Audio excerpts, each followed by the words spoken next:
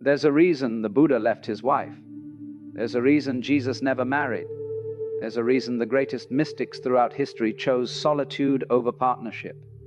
And it's not what you think. The world will tell you they sacrificed love for a higher purpose, but that's not it at all. They discovered something about love that made ordinary relationships seem like a pale imitation, a cheap substitute, a counterfeit coin when you could have the real gold. And once you see what they saw, you can never go back to playing the game everyone else is playing. What I'm about to tell you isn't comfortable. It isn't what society wants you to hear. But if you're someone who suspects there's something more to existence than finding your other half and settling down, then you're exactly who needs to hear this. You see, the spiritually awake person who stays single isn't avoiding love. They found a love so vast that focusing it on one person would be like trying to pour the ocean into a teacup. Think about this for a moment. When was the last time you were truly, completely alone? Not waiting for a text, not planning your next interaction, but alone in the way a mountain is alone, alone in the way the moon is alone. Have you ever tasted that? Tell me in the comments, because your answer reveals more than you might think. If you're drawn to this kind of inquiry, subscribe to this channel. We're doing something here that most people avoid their entire lives. We're waking up. Now here's the great cosmic joke that nobody tells you. We're taught from childhood that we are incomplete, that something is missing. Mother says someday you'll meet someone special. Father says when you find the right person. Movies, songs, advertisements, all singing the same tune. You are half a person looking for your other half. And nobody stops to ask the obvious question. Says who? Who decided you were half of something? Did you arrive on this planet with a label saying some assembly? Required, other half sold separately? This is what I call a hoax, a put-on, a magnificent con job. And almost everyone has fallen for it. Here's what nobody tells you. Emptiness you're trying to fill with another person isn't a hole that needs plugging. It's a doorway that needs entering. But we don't enter it. We run from it. We find someone, anyone, to stand in front of that doorway so we don't have to see what's on the other side. You've noticed this pattern. Someone goes through a breakup, and before you can say self-reflection, they're already swiping through photos of strangers, looking for the next person to hide in. Not the next person to love, the next person to hide in. And that word hide is everything. Think about how we speak about relationships. We say, I found someone, as if you were lost. We say they complete me, as if you were broken. We say I can't live without them, as if your existence depended on their presence. The language itself reveals the sickness underneath. Most people spend their entire lives bouncing from relationship to relationship like a ball in a pinball machine, never stopping long enough to ask the obvious question, what am I running from? What is so terrifying about my own company that I need constant distraction from it? The answer, when you finally face it, is both simple and devastating. You're running from yourself, from the silence that would reveal who you actually are beneath all the performances, from the emptiness that isn't really empty at all, but is so full of presence that the ego cannot survive contact with it. But here's where it gets fascinating. What I'm about to share changes the whole game. Stay with me. Let me tell you about a man I knew. I'll call him Thomas. Thomas was a professor of philosophy, which is rather ironic. He spent his days teaching people how to think clearly, and he couldn't see the most obvious thing about his own life. 23 years of marriage, described himself as happily married, which is a phrase people use when they don't want to look too closely. He came to one of my seminars because, as he said, something is missing. Isn't that fascinating? The man has everything society says you need. Spouse, family, respectable position. Is missing. So I asked him a simple question. What would happen if you spent 1 week completely alone? No wife, no colleagues, no students, just you and your own consciousness. And he said, I couldn't do that. Why not? Because I wouldn't know what to do with myself. There it is, the confession. 23 years of marriage, and he had never learned to be with himself. His wife wasn't his partner. She was his hiding place. His marriage wasn't love. It was a sophisticated strategy for avoiding the one relationship that actually matters. Now, Thomas was a brilliant man, explained Hegel and Kierkegaard with remarkable clarity. He understood the philosophy of consciousness. He taught courses on existentialism, and yet he had never spent a single week alone with his own existence. The cobbler's children have no shoes, as they say. Thomas did eventually take that week alone. He rented a small cabin in the mountains with no internet, no phone service, nothing but trees and sky and the sound of wind. The first 3 days were miserable. He described it as withdrawal, like coming off a drug. He paced. He talked to himself. He made lists of things he needed to tell his wife. He composed emails in his head that he couldn't send. His mind was desperate for its usual diet of interaction and validation. But on the 4th day, something cracked open. He described it as falling into myself. He said, for the first time in my adult life, I wasn't performing for anyone. I wasn't being husband or professor or father. I wasn't being anyone at all. I was just being. And it was terrifying. And then it was peaceful. And then it was the most beautiful thing I've ever experienced. What Thomas found was what every mystic has found. Beneath all the noise of relationship and responsibility, there is a silence. And in that silence, there is a presence. And that presence is what you actually are. Not your name, not your role, not your history, but the awareness in which all of that appears and disappears like clouds in an empty sky. When Thomas returned from that week, his marriage was never the same, not because he loved his wife less, but because he no longer needed her in the desperate way he had before, and she didn't know what to do with a husband who was suddenly content in his own being. The whole relationship had been built on mutual need, and when one person stops needing, the architecture collapses.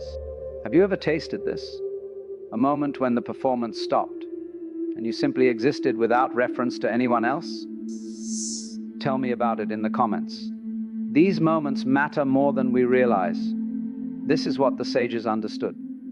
Most relationships are unconscious attempts to avoid the very silence that would set us free. Now let me explain what's actually happening here, because this is where it gets quite interesting. In the Eastern traditions, particularly in Zen, there's this understanding that the self you think you are, the one with a name and history and preferences and fears, is not what you fundamentally are. It's a performance, a role, a mask you've worn so long you've forgotten you put it on. The Japanese call it the small self, the ego, the social self that needs constant validation. And this small self is absolutely terrified of being alone. Because when it's alone, when there's no audience, it starts to become transparent. You start to see through it. And what do you see behind it? This is the great question. This is what the Buddha sat under the Bodhi tree to discover. Behind the mask of the small self is what? Most people never find out. The moment they feel the mask becoming transparent, they panic. Grab their phone, call someone, start a new relationship. Anything to avoid seeing what's behind the mask. The ego is like the Wizard of Oz. It maintains its power only as long as you don't look behind the curtain. It projects a grand and frightening image, complete with smoke and thunder, but behind the curtain, there's just a little man pulling levers. And the ego knows that if you spend too much time alone, too much time in silence, you'll eventually peek behind the curtain. So it keeps you busy. It keeps you distracted. It keeps you in relationships that consume all your attention. But here's the cosmic joke at the heart of existence. What's behind the mask isn't frightening at all. It's actually what you've been looking for all along. The peace you seek in another person. The love you hope someone will give you. The feeling of coming home. It's all there behind the mask, waiting. You don't find it in another person. You find it in yourself. Or rather, you find that it is yourself. The love you were seeking was your own nature all along, and you were looking for it everywhere, except the one place it actually lives. The Hindus have a beautiful image for this. A man has a diamond sewn into the lining of his coat, but he's forgotten it's there. He spends his whole life begging, thinking he's poor, when all along he's carrying a fortune. He searches every corner of the earth for treasure when it's pressed against his own heart with every step he takes. This is the human condition. We are all walking around with infinite treasure sewn into our being, but we've forgotten it's there. And instead of looking inward, we look outward. We think the treasure is in another person, in their love, in their validation, in their presence.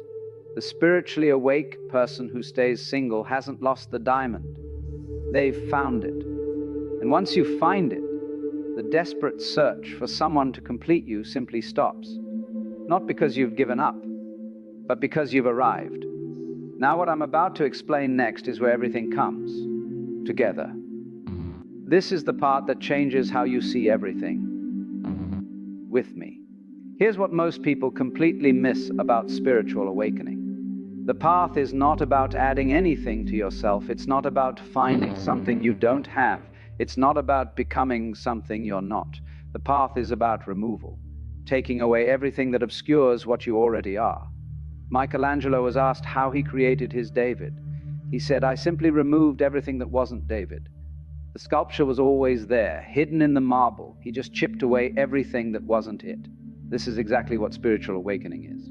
You are already the Buddha. You are already Christ consciousness. You are already the self that the Hindus speak of. But there's marble around you, layers and layers of conditioning, belief, identity, and relationship that obscure the sculpture underneath. Think about this in terms of relationship. What does relationship typically add? Expectations, obligations, compromise, the constant pressure to be something for someone else. Layer upon layer of stuff on top of who you actually are. Your partner expects you to be a certain way, so you become that way. Your partner has needs, so you shape yourself around those needs.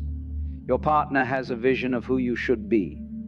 You gradually, almost invisibly, start becoming that vision. And with each adaptation, each compromise, each small surrender, another layer of marble is added. I'm not saying these things are evil, but they are additions. And the spiritual path is about subtraction. This is why every genuine wisdom tradition includes periods of solitude, retreat, withdrawal from ordinary social life. Not because society is bad, but because you can only find out what you are when you strip away everything you're not. When you're in a relationship, you're constantly being who the other person needs you to be. There's no space to discover who you are when no one needs you to be anything. The Taoists understood this profoundly. They talked about Wu Wei, effortless action, non-doing, the art of getting out of your own way and letting life move through you without resistance. You cannot practice Wu Wei when someone is constantly asking you to do something. You cannot rest in your natural being when you're perpetually responding to another person's needs, expectations, and emotions. There's a story about a Taoist sage who was asked why he lived alone in the mountains. And he said, "When I am with people, I am pulled in 10,000 directions. Each person wants something from me. Each interaction requires me to become something. But here, alone with the pine trees and the clouds, I am not required to be anything at all. In that freedom from becoming, I discover what I have always been." Lao Tzu lived alone in the mountains. Buddha left his wife and child to sit alone under a tree. Jesus went into the desert for 40 days. The pattern is unmistakable. Awakening happens in solitude. Not because you must hate people, but because to find what you are, you must remove everything that tells you what you're supposed to be. And here's the strange paradox. Once you've found what you are, you can be with people more fully than ever before. Because you're no longer performing, you're no longer needing, you're no longer using them to hide from yourself. You're simply present completely as what you've discovered yourself to be. Let me tell you about a woman named Catherine, because her story shows the other side of this. Catherine was a psychotherapist, spent her days helping others with their relationships while being utterly dependent on her own. 3 engagements, 3 collapses, the same pattern every time. She would become anxious, clinging, desperate. The men would pull away. She would fall into depression. Then find another man and repeat the whole thing. She was what the psychology books call anxiously attached, always scanning for signs of rejection, always trying to secure the bond, always one step away from panic. She came to me wanting to understand why she couldn't make relationships work. I told her something she did not want to hear. I said, "Catherine, you don't have a relationship problem. You have a self problem. You're terrified of being alone with yourself and use men as shields against that terror." She argued, defended herself, explained why her relationships failed, and none of it had anything to do with her. It was the men. They were avoidant. They were afraid of commitment. They couldn't handle a strong woman. But something landed. Because 6 months later, she wrote me a letter. She decided to take a year off from dating. No men, no romance, no dating apps, no keeping her options open. Just her. The first few months were what she called agony. She described feeling like an addict in withdrawal. Her hand would reach for her phone to check for messages from men who weren't there. She would catch herself scanning rooms for potential partners. The habit of looking for someone to complete her was so deep it felt like it was wired into her nervous system. But she stayed with it, and somewhere around month 4, something shifted. She wrote, "For the first time I met myself without a mirror. I had always seen myself through men's eyes. Am I attractive enough? Am I good enough? Am I worthy? When I removed the mirrors, I had to ask, who am I when no one is looking?"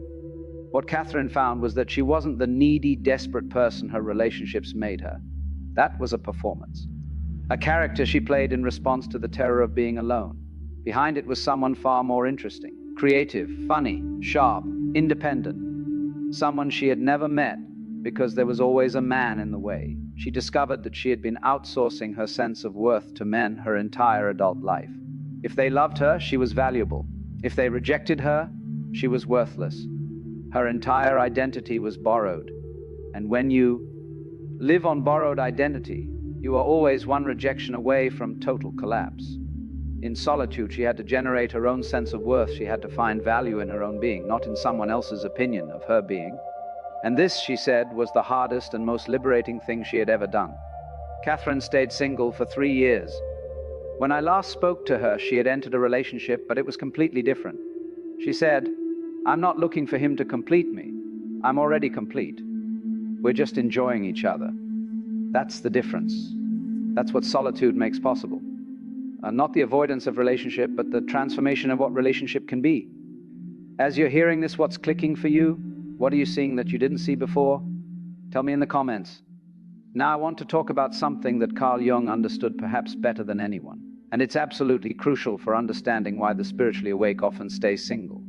Jung talked about what he called projection. This is the unconscious process by which we take parts of ourselves that we haven't integrated, that we don't recognize as our own, and we see them in other people instead. Every man carries within him what Jung called the anima, the feminine principle. Every woman carries within her the animus, the masculine principle. And in most people, these contrasexual elements are unconscious. They're hidden in what Jung called the shadow. Now here's what happens in romantic love. When a man falls in love with a woman, what he's often actually doing is projecting his anima onto her. He sees in her all the feminine qualities he hasn't developed in himself. The sensitivity, the intuition, the emotional depth, capacity for relationship. He doesn't see her. He sees his own unconscious feminine reflected back at him. And she's doing the same thing. She projects her animus onto him. She sees in him the strength, the decisiveness, the clarity, the protective power that she hasn't developed in herself. She doesn't see him. She sees her own unconscious masculine wearing his face. And they call this love. But it's not love. It's mutual projection. It's two people using each other as screens for their own unconscious content. And it feels wonderful at first because you're encountering parts of yourself that you've never met. You feel more whole. You feel complete. The missing pieces seem to have been found. But the problem is that the projection always, eventually, falls away. Can't project forever. Reality has a way of intruding. When you finally see the person behind the projection, you feel disillusioned. You feel betrayed. You say you've changed, or this isn't the person I fell in love with. They haven't changed, just stopped projecting. This is why most relationships end in disappointment. Not because people choose the wrong partners, but because the whole thing was based on projection from the start. You fell in love with parts of yourself and blamed another person when the mirror cracked. Jung's solution to this was individuation, the process of integrating the unconscious, taking back the projections, developing within yourself all the qualities you've been seeking in others. A man must develop his own feminine. A woman must develop her own masculine, and both must integrate their shadow, the rejected parts of themselves they don't want to acknowledge. And here's the thing. This process is extremely difficult to do in relationship, because relationship thrives on projection. The magic of romance depends on not seeing clearly. The whole game requires you to keep parts of yourself hidden so they can be projected onto others. The person who stays single has an enormous advantage in this process. There's no screen for projection. There's no one to blame for your unconscious content. There's no one to carry the parts of yourself you don't want to own. You're forced to face your own shadow directly. All the neediness, all the fear, all the desperate grasping that Catherine discovered in herself, she could only see it clearly when there was no man to distract her from it. In relationship, she could always externalize the problem. He's avoidant, he's afraid, he's the problem. But alone, there was nowhere to hide. The problem was obviously, unavoidably, undeniably her own. Jung called the shadow the seat of creativity. He said that everything you reject about yourself, everything you push into the darkness, contains enormous energy. And when you integrate the shadow, that energy becomes available to you. You become more whole, more creative, more alive. But you cannot integrate what you cannot see, and you cannot see what you're projecting onto someone else. This is the gift of solitude. This is why the spiritually awake stay single long enough to do this work. Not because they're avoiding relationship, but because they're doing the work that makes genuine relationship possible. Now let me bring this home in practical terms, because philosophy that doesn't touch daily life is merely entertainment. What does this understanding mean for how you actually live? It means that the next time you feel the urge to reach out to someone, not because you have something to share, but because you can't bear the silence, you pause. You ask, what am I running from? What is in this silence that frightens me? It means that when you feel lonely, you look more carefully at that feeling. Is it really loneliness? Or is it something else wearing loneliness as a mask? Often what we call loneliness is actually the beginning of self-encounter. It's the ego's alarm bell going off because it's losing its audience. Think about what loneliness actually is. It's not the absence of people. You can feel lonely in a crowd. You can feel lonely in a marriage. Loneliness is the sense that something is missing, that you are incomplete, that you need something from outside yourself to be whole. But what if that sense of something missing is itself a mistake? What if it's a signal not that you need another person, but that you haven't yet discovered what you already have? This is the reframe that changes everything. Loneliness becomes not a problem to be solved by finding someone, but a doorway to be entered. The ache of incompleteness becomes not evidence that you need a partner, but evidence that you haven't yet met yourself. Means you begin to treat solitude not as a problem to be solved, but as a practice to be cultivated. The way you practice music or meditation. Solitude is a skill, and like any skill, it improves with practice.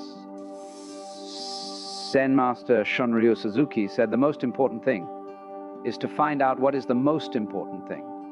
You cannot find this out while managing someone else's emotions.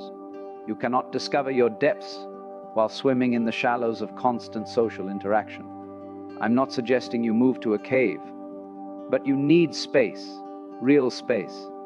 Time when you are completely, utterly alone, when no one is watching, when no one is waiting, when no one needs anything from you. Start with an hour, then a day, then a weekend, then a week. Increase the dose gradually the way you would build any capacity. Your ability to be with yourself is a muscle. If you've never exercised it, it will be weak at first, but it gets stronger with use. In that space, something can happen that cannot happen anywhere else. You meet yourself, not the self you perform for others, not the self you've been told you are, but the self that was there before anyone told you anything at all. The self that doesn't need validation because it is validation itself. If this is opening something in you, subscribe to this channel. There are more of us than you think. People who are done with the surface and ready for the depths. But here's what most people miss. And this is the deepest part. Changes everything. When you truly enter solitude, not the painful. Loneliness of someone who wishes they had company, but the spacious aloneness of someone who has discovered. They are complete. something extraordinary happens. You realize you're not alone at all, not in the sense of having company, but in a much more profound sense, the feeling of being separate from everything else, separate from other people, from nature, from the universe itself. This feeling is part of the illusion. It comes with the small self, with the ego, with the mask. When the mask becomes transparent, the separation dissolves. And what's left? This is what all the mystics have been trying to tell us in their various ways. The Hindus call it Atman Brahman. Your innermost self and the ultimate reality of the universe are one and the same. The Buddhists call it Buddha nature, the awakened consciousness that is your true identity. The Taoists call it being one with the Tao. The Sufi poet Rumi said, "You are not a drop in the ocean, you are the entire ocean in a drop." The Christian mystics spoke of the ground of the soul, where there is no distinction between the soul and God. The Zen masters point to your original face, the face you had before your parents were born. All of them are saying the same thing in different languages. What you really are is not a separate self floating through an alien universe. What you really are is the universe itself, temporarily pretending to be a separate self. You are not a stranger in a strange land. You are the land, dreaming that it's a stranger. You cannot reach this while focused on another person. You cannot discover your identity with the whole while preoccupied with one particular part. Romance keeps your attention narrowed, focused, fixated on one small corner of existence. What you need is expansion. Your attention must become wide enough to include everything. This is why the spiritually awake stay single, not because they're running from love, because they've found a love so vast no single person could contain it. They have fallen in love with existence itself, with morning light through the window, with the sound of rain, with the simple miracle of being conscious at all. When you look at a sunset, really look at it, without thinking about what it means or what you should photograph for social media. There is no separation between you and the sunset. There is just seeing, one process, one event. The sunset is not something you are experiencing, it's something you are doing. You are sunsetting. The same is true of everything. When you really listen to music, there is no listener and music. There is just hearing, one event. When you really taste food, there is no taster and taste, just tasting. The separation we feel between ourselves and the world is not actually there. It's added by thought, by the mental process of dividing the world into subject and object, self and other. And romantic relationship, by its very nature, reinforces this division. There is me and there is my partner. There is my needs and their needs. There is my territory and shared territory. The constant negotiation of two separate selves trying to coexist. But when you are truly alone, when you stop creating the boundary between self and other, a remarkable thing happens. You are intimate with everything, the trees, the sky, the sound of wind, your own breath. Everything becomes your beloved. Everything becomes home. How can you narrow that down to one person? It's like trying to pour the ocean into a teacup. The love that the awakened person discovers is not smaller than romantic love. It's infinitely larger. And here's the beautiful paradox. The person who discovers this vast love becomes capable of loving individuals more truly than before, because their love doesn't come from need. It flows naturally, freely, without agenda, like sunlight, like water. It doesn't grasp because it doesn't need. It doesn't cling because it doesn't fear loss. The single person who has awakened isn't avoiding love. They're drowning in it. So full of it, they don't need to extract it from another person. They become a source of love rather than a consumer of it. And there's one more piece to this that might be the most important thing I'll say today. What happens when you really get this? Stay with me. Let me tell you about a third person, because his story illustrates what becomes possible on the other side of this transformation. His name was Michael. He was a musician, 47 years old when I met him. He had been single for 12 years by choice. When people asked him why he didn't have a partner, he would smile and say, "I have 10,000 partners." They thought he was joking or bragging about romantic conquests. He wasn't. Michael had gone through a profound awakening in his 30s, a dark night of the soul, triggered by the end of his marriage and the death of his father in the same year. Everything he had built his identity on collapsed at once. Husband, son, successful man, all gone. He spent 2 years in what he called the wilderness, living alone, playing music alone, walking alone, sitting alone, learning for the first time in his life to be with himself without distraction. And what he discovered changed everything. He said, "I realized that my whole life I had been trying to get love from the outside. From my wife, from my audiences, from my parents. I was like a cup with a hole in the bottom, constantly trying to fill myself from external sources, never realizing that the hole meant I could never be filled that way." In solitude, he stopped trying to fill the cup from outside, and he discovered something astonishing. The cup was not a cup at all. It was a spring. Love was not something he needed to receive. It was something that flowed naturally from what he was when he stopped blocking it. He said, "Now everywhere I go, I'm in love. With the barista who makes my coffee, with the trees outside my window, with the elderly man who sits in the park feeding pigeons, with the music that moves through me when I play. It's all one love. It's all one relationship. And it never ends because it's not dependent on any one person." This is what he meant by 10,000 partners. He wasn't celibate. He had intimate connections with people, but they came from overflow, not from need. He wasn't trying to get something. He was sharing something that was already full. And here's what was remarkable. People were drawn to him like moths to a flame, because there is nothing more attractive than someone who doesn't need you, nothing more magnetic than a person who is already complete. His relationships, when he had them, were extraordinary because they were free. Neither person was trying to extract something from the other. Neither was using the other to avoid themselves. They were just two full beings spilling over into each other. This is what becomes possible on the other side of solitude. Not the avoidance of connection, but connection without desperation. Love without clinging. Intimacy without fear. I must be honest with you. There's a price to pay for this understanding. Once you see through the illusion of incompleteness, you can't unsee it. You'll watch people desperately clinging to each other, calling it love, and you'll see the fear underneath. You'll watch them lose themselves in relationships, thinking they're finding themselves, and you'll feel a kind of tender sadness. You'll lose the ability to participate in certain games. The game of romantic pursuit. The game of you complete me. These games will seem absurd, like watching adults play with toys, completely convinced the toys are real. Some relationships will end, not dramatically, but they'll become transparent. You'll see that what you thought was love was actually need, and once you no longer need, the basis for the relationship evaporates. You'll outgrow people you once thought you'd be with forever.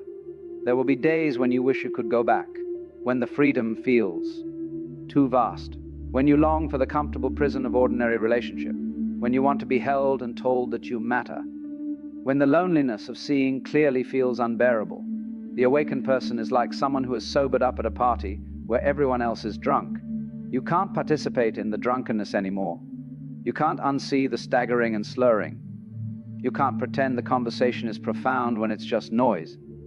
And sometimes, frankly, it would be nice to get drunk again, to lose yourself in the fantasy, to believe that this person, this relationship, will finally make you whole. But you can't.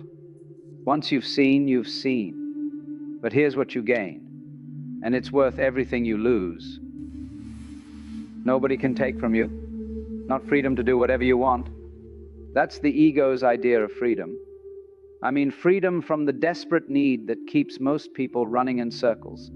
Freedom from the exhausting search for completion. Freedom from the fear that you are not enough on your own. Peace. Not the peace of getting what you want. The peace of no longer needing anything to be different. The peace of resting in your own being complete as you are. The peace that the Buddhists call nirvana and the Christians call the peace that passes understanding. And love, real love. Love that doesn't need. Love that doesn't cling. Love that flows like water and shines like sunlight, asking nothing in return. Love that is not an emotion or an experience, but the very nature of what you are. This love cannot be gained through relationship. It can only be discovered in solitude. And once discovered, it transforms every relationship you'll ever have. Now, I know some of you are resisting this. The mind is putting up objections. But Alan, humans are social creatures. We need connection. Evolution designed us for pair bonding. Relationship is natural. And I'm not disagreeing with you. I'm not saying connection is wrong. I'm not saying you should avoid people forever. I'm saying that desperate, grasping, needy connection based on "I am incomplete without you" is an illusion. It cannot give you what you're looking for, because what you're looking for isn't in another person. It's in you. The question is not whether you will be in relationship. The question is what kind of relationship you will be in. Will it be a relationship of two fragments trying to become whole? Will it be a relationship of two whole beings celebrating their wholeness? Most people never have the second kind because they've never done the work of becoming whole. They jump from relationship to relationship, fragment seeking fragment, need meeting need, wound rubbing against wound. And they call it love. The person who has done the work of solitude, who has faced their own shadow, who has discovered that they are already complete, this person is capable of a relationship most people cannot even imagine. A relationship without need, a relationship without fear, a relationship that adds to two full lives rather than trying to create one full life. Empty ones. The very fact that you've listened this long means something in you knows this is true. Beneath the resistance, beneath the objections, something recognizes what I'm pointing to. That recognition is itself the beginning of awakening. You don't have to figure anything out. Just keep looking in the direction we've been pointing. The understanding comes on its own like dawn after a long night. If this made you uncomfortable, good. Discomfort is often the first sign something real is happening. The ego is comfortable, the soul is not. So when we put this together, what do we have? The recognition that searching for completion in another person is based on the illusion that you're incomplete. The understanding that most relationships are unconscious strategies for avoiding self-encounter. The insight that solitude isn't a problem but a practice, not a punishment but an opportunity. The realization that behind the mask of the social self is something infinite, a consciousness that is one with all existence. And the liberating truth that the love you seek in another person is already your own nature waiting to be discovered. The spiritually awake stay single not because they've failed at relationship, because they've succeeded at something more fundamental. They've discovered who they actually are.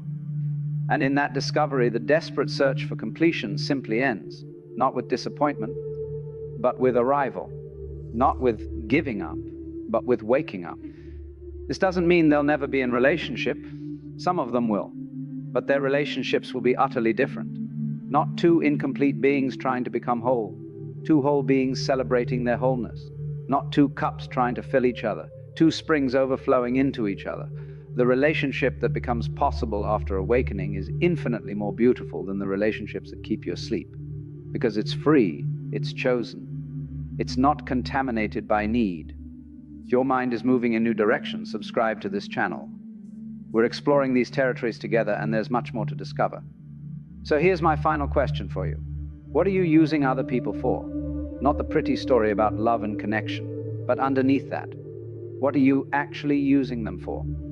Are you using them to validate your existence, to avoid your own company, to run from the silence that would show you what you are, to fill a hole that doesn't actually exist? Or are you meeting them freely, openly, without agenda, from a place of wholeness that needs nothing from them at all?